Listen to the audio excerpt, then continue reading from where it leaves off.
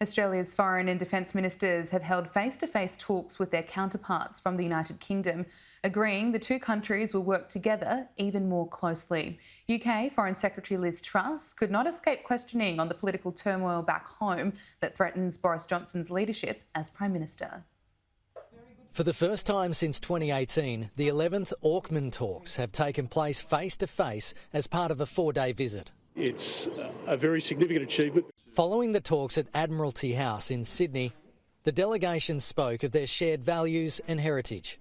The price of liberty is eternal vigilance, and with malign forces on manoeuvres, the UK and Australia are leading by example and making the case for freedom and democracy.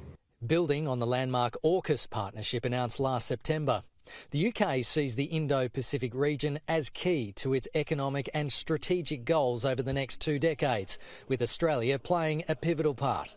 The reality is that threats are rising across the world. Russia is threatening Ukraine, amassing troops on the border. Iran is striving for a nuclear weapon.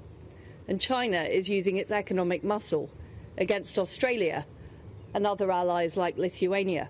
An infrastructure investment MOU has been signed, along with a new cyber and technology partnership to tackle cyber attacks from foreign aggressors.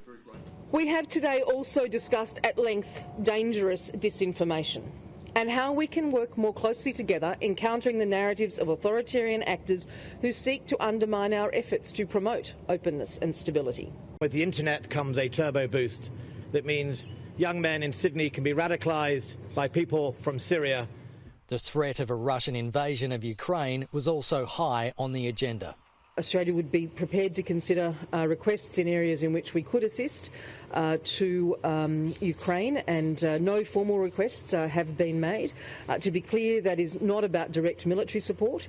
Marise Payne is also making sure to mention France after tensions escalated over the broken submarine deal, including particularly New Zealand and France through the invaluable France partnership.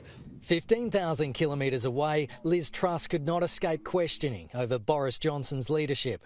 The Prime Minister has my 100% support. He is doing an excellent job. There is no leadership election. But that could already be in motion after the recent Partygate scandal and allegations of blackmail from Boris Johnson's allies.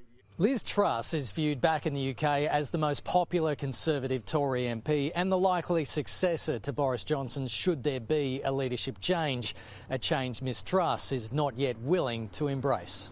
The Prime Minister apologised and was clear that mistakes were made. He is working to open up the economy and deliver for people across Britain, and that's what's important. On Saturday, Ms Truss will visit the BAE shipyard in Adelaide, where Hunter-class frigates are being built based on a British design. Kenny Heatley, Sky News, Sydney.